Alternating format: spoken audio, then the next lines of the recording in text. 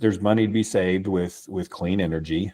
And people say, well, the tax incentives are the only reason these clean energy technologies can compete. Well, no, fossil fuels have been subsidized since they started. It's not stopped today, right? They're still being subsidized.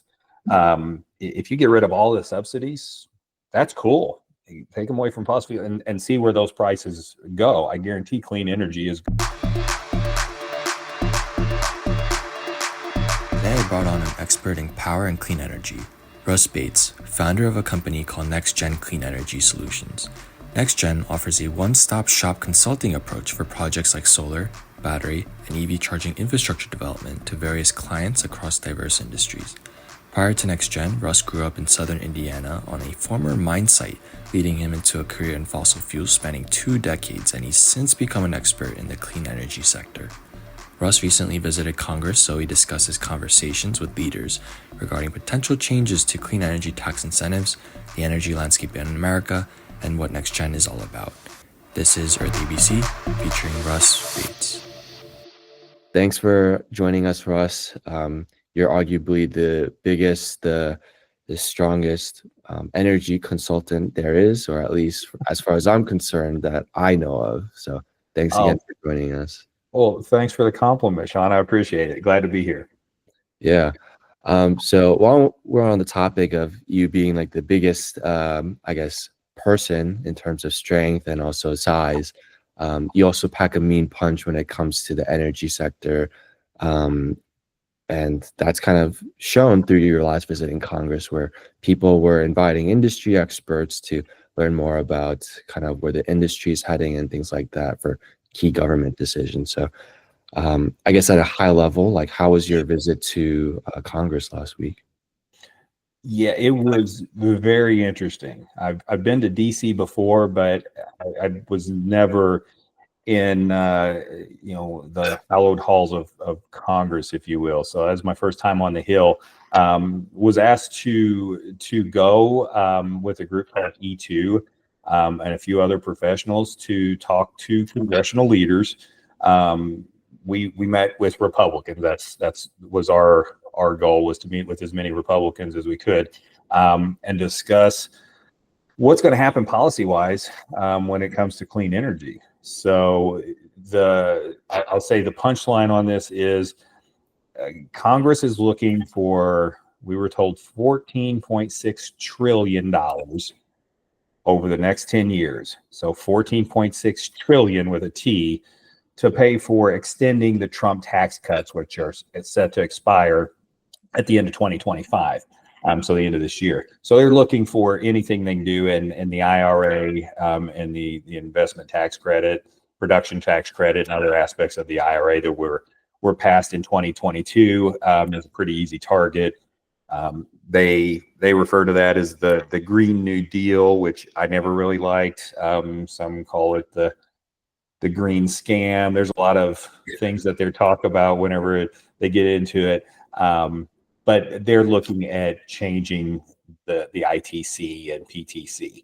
So we were talking to them about the benefits of what that's doing, which obviously it's bringing in a lot of the economy improvements to red states with either projects, manufacturing, all the other, I'll say it, economic benefits that come with those projects coming in, hotels, restaurants, groceries, all those kind of things that help a community where these projects are going into. So our goal was to listen to them and see what questions they had, but very importantly to educate on the benefits of this with regards to energy independence, right? That's a very big thing that Trump is, and this administration is talking about, and we agree, energy independence is very important. To the economic benefit of these tax incentives, we wanted to talk about that and explain what that means and help them to understand that a little bit better. And three, just we didn't really get into the environmental impacts, but really just focusing on the economics, because a lot of people, I won't say most, but the environment's not super important to a lot of people, but money is. Yeah. And people we were talking to, they're looking at the numbers. So that's really where we focused. And I was trying to explain to them that if they do something with the ITC, PTC, any of these types of policies that were passed and fully signed into law, it's not going to just affect the clean energy sector. It's going to affect the entire economy. And I think there were some eyes opened up about that. So that's really what we were into, meeting with both Congress and senators last week. Gotcha. So the economic implications would be like just at the macro scale, like economic growth, job creation, national security, and overall long-term cost savings. Yeah. And something else to think about is the growing amount of electricity that we use. It's not going down, right? We preach being efficient, shutting lights off and things like that, right, to save as much electricity that you don't really need to use.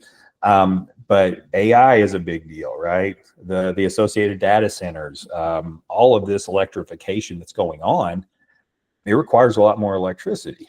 And that's one thing I say one thing, there's a lot of things I was pointing out, but another one I was pointing out to them was the grid is very fragile. It's not been updated. We need to do a lot of work on the grid.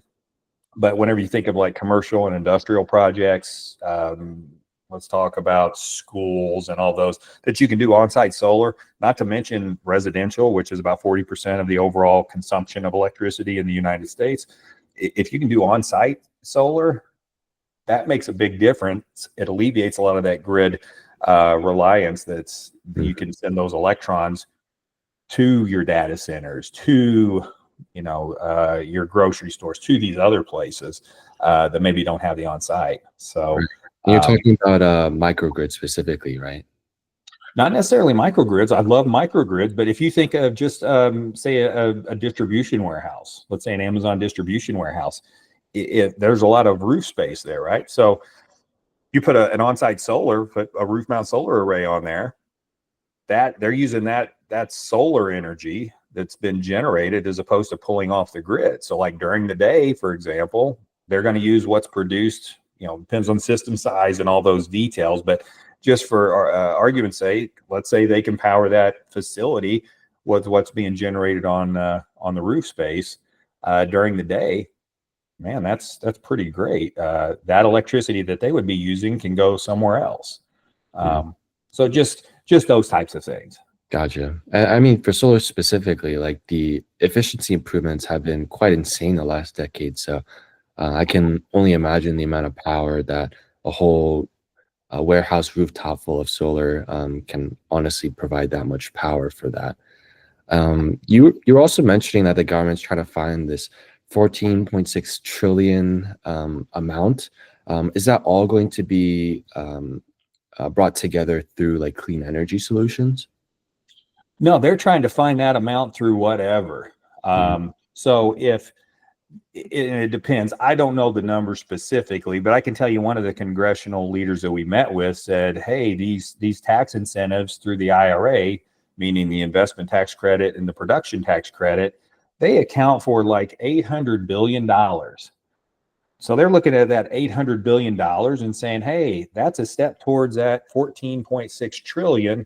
Let's move that over here and get rid of the ITC, right? So they're looking in a lot of ways. I would assume a lot of this Doge cutting that they're getting in there and doing right now, I don't know what to say about it. It's very interesting what's going on. Whether it's legal or not, I'm not sure. But I'd say that's part of it. Hey, if we can cut out USAID, we can move that money in to help pay for these Trump tax cut extensions. I don't know that to be true. I kind of sense that's part of that master plan. Okay.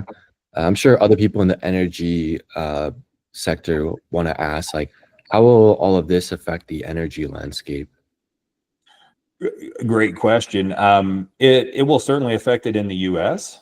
There are a lot of investments right now with manufacturing Canadian solar, right? They put a pause on right after the election. They put a pause on a project they were getting ready to start in Minneapolis, St. Paul, $150 million or something for that project. So that's private investment that's coming in. That's what's not coming from the government. It's not government funded.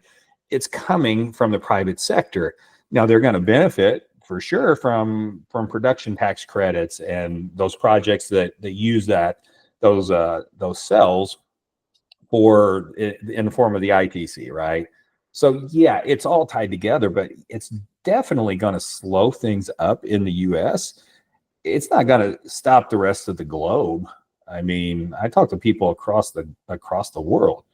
This is happening. I mean, why is China doing it? China's doing it for a reason, right? Because it makes sense. Solar, and that's just one example of clean energy, but solar, for example, that's an American technology from Bell Labs way back in 1954 or something that China grabbed onto, and now they're excelling with it. And now the rest of the world is utilizing it. And it's growing. So back to your very, very easy question about what it's going to do. It's going to slow it down in the U.S. And the U.S., in my opinion, could very easily turn into, I'll call a second world country when it comes to how we generate electricity. If we're still burning coal, natural gas, that's a 19th century solution. It was great, made a lot of sense, but hey, there's a better way that's more economical, more efficient, and it's going to continue to get better. It'll just be the U.S. is going to be, decades behind China and the rest of the world. Yeah, and then while you were at Congress, you were also you also had talks with both like panels and then also just individually with different congressional folks. So if there was one thing that you were trying to kind of preach about in terms of the energy sector, what was like that topic area or maybe data point that you were kind of clinging on to? The economic benefits. There's money to be saved with clean energy, and people say, well, the tax incentives are the only reason these clean energy technologies can compete. Well, no, fossil fuels have been subsidized since they started. It's not stopped today, right? They're still being subsidized. If you get rid of all the subsidies, that's cool. You take them away from fossil fuel and see where those prices go. I guarantee clean energy is going to be the more economical way to go.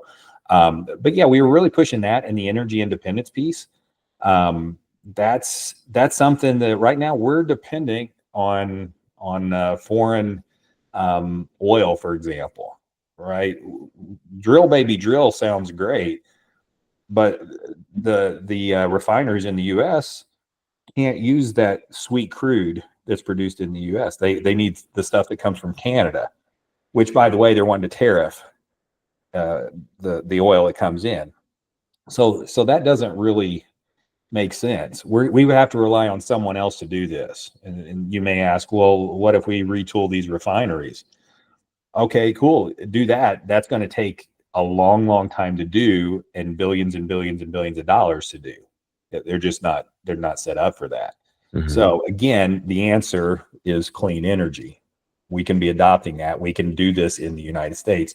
That's another thing we were trying to push is supply chain. And if we don't want to be dependent on foreign partners, if you will, okay, how do you do that without going full scale clean energy? And right. I think people really understood that. Everybody we talked to, Sean, was very good. There was one office, I'll say they weren't as open-minded. Can you name drop them? I'll just say they were in the state of Missouri. Okay. Congressional, state of Missouri. They were not super open-minded. I'll give you an example and how maybe they haven't thought this out or talked to the right folks. They said, well, the ITC has been around, and if a technology can't stand on its own 2 feet after being subsidized, why should we do that? Our constituents don't want that. Okay, that's fair enough. And I didn't even bring up about the fossil fuel subsidies or something. But they continued on to say, with the Trump tax cuts, these projects will still be able to take advantage of bonus depreciation. Okay. Well, that's fine for a business. Now, bonus depreciation, the ITC, that's not necessarily apples to apples comparison. Mm-hmm. But the big thing I brought up was whenever you're talking about bonus depreciation, correct me if I'm wrong, Congressman, but I'm not a tax expert, but I do not believe that a resident, like a homeowner, can take advantage of bonus depreciation. They're not a company. They own their home, where the ITC covers any clean energy project, right? So 40% of our electricity usage is homes, right? Residents, homeowners, apartments, whatever that would be. So 40% would not be able to take advantage of that. Hence 40%, nearly half of the energy consumption in the US would not be able to benefit from that bonus depreciation. Mm-hmm. Like, oh, the light bulb kind of went off. Or maybe it didn't. Maybe they knew from the beginning and just kind of played it that way. But again, those are things that I don't think some, not all, but those are things to consider, right? Mm-hmm. So, yeah, that's one conversation we had. Mm. I mean, that in and of itself is already an interesting conversation, and I bet tons of other interesting conversations have gone about, both in terms of very private to things that are more, I guess, that could be open to like the general public. And like you were with a bunch of other industry professionals, and they could have invited many more or just other people. I'm very curious to hear like what your own take is about this. So like out of all the people in the clean energy sector with like an MBA and extensive like leadership experience, what do you think made you stand out in terms of being being one of a few people that kind of represented the energy sector in Congress? Geez, I don't know. I was really honored to be asked to go.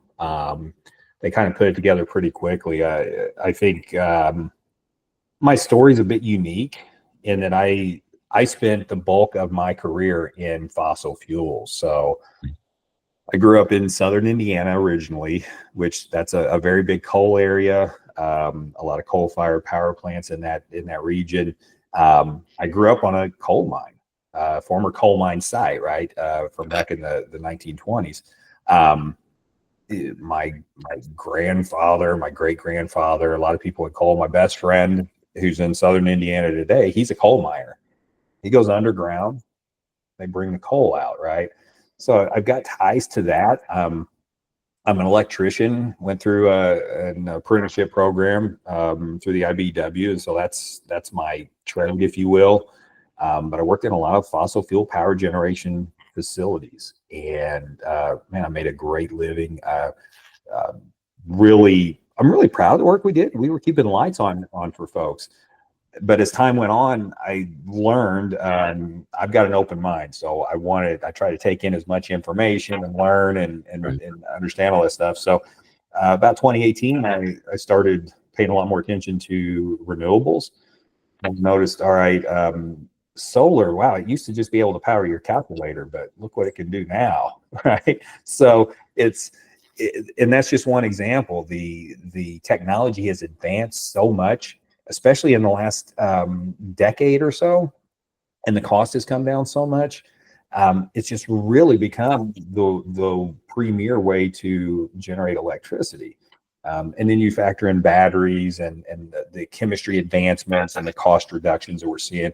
It's just incredible to partner up. And that's where I decided, all right, I can see where the future's going. I want to do this. We can talk about the environmental aspect, because years ago I never really thought about that. I was single. I didn't have any kids. What did I care? I was just a young, selfish guy who self-centered, didn't think about those things.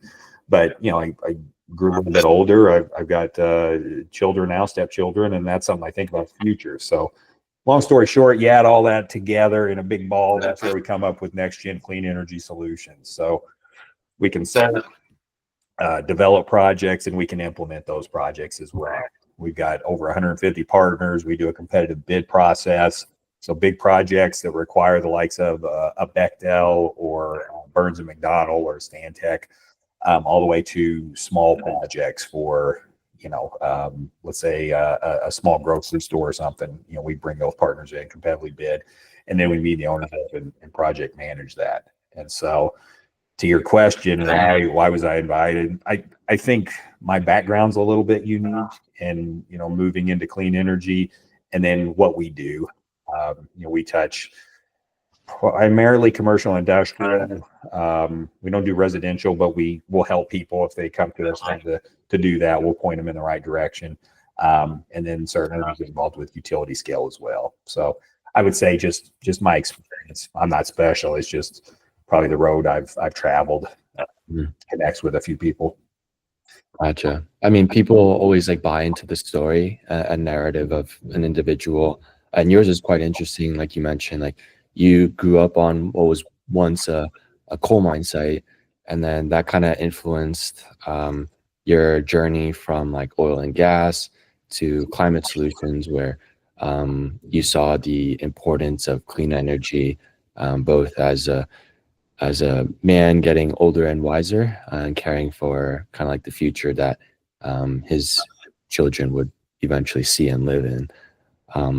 But how did you make that transition in terms of being in oil and gas to climate solutions, in terms of getting educated and then getting to the point where you consult others on solutions? So that's a great question, and that really comes down to, Sean. I just did the research, right? You can, if you want to find something bad about renewables, man, it's really easy to find something bad. Now, whether it's true or not, it's a different thing. Flip the script over. You could do the same thing on finding great things about clean energy, and some of them may not have total truth into those.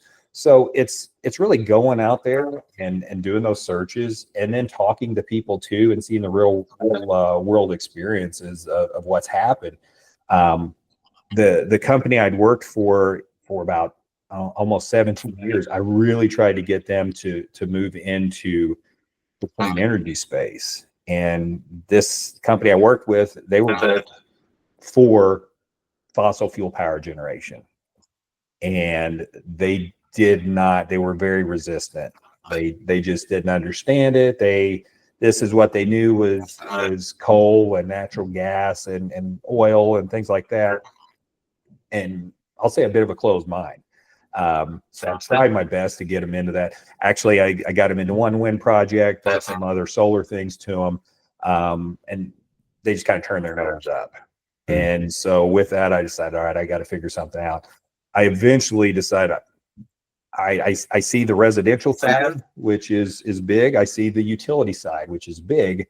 But what's even bigger is that middle, that commercial industrial space, if you will, that I didn't really see anybody talking to those folks. So that kind of gave me the idea of, if I'm a company, Parker Hanniffin's a client of ours, for example.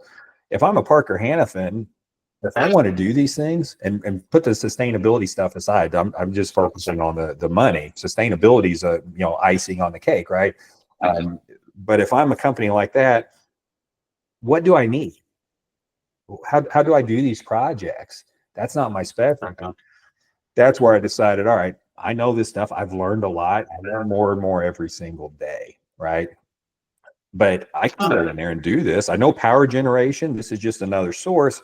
I can put all this stuff together for them, and I've built an incredible team of people that we work with at NXTGEN, and decide, all right, we can consult. We can develop these projects. We can project manage and be their owner's rep, and we can be that additional bandwidth and expertise that they need. They can hire somebody on full time if they want, but man, wouldn't it be easier just to kind of contract that out to a partner you trust? And that's where we went. So solar, we've been talking a lot about that, and that's the big one, right? But we also do some wind, and I'm saying micro wind turbines, which those are really few and far between, but an important technology that's coming up. Batteries, of course, EV charging and the associated infrastructure for that.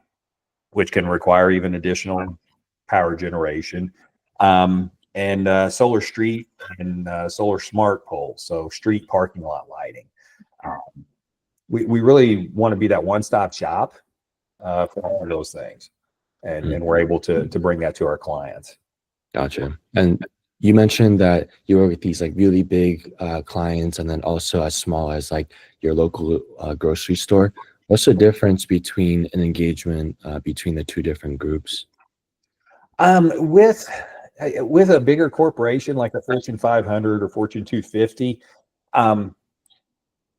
they take time, right? All these projects take time to do.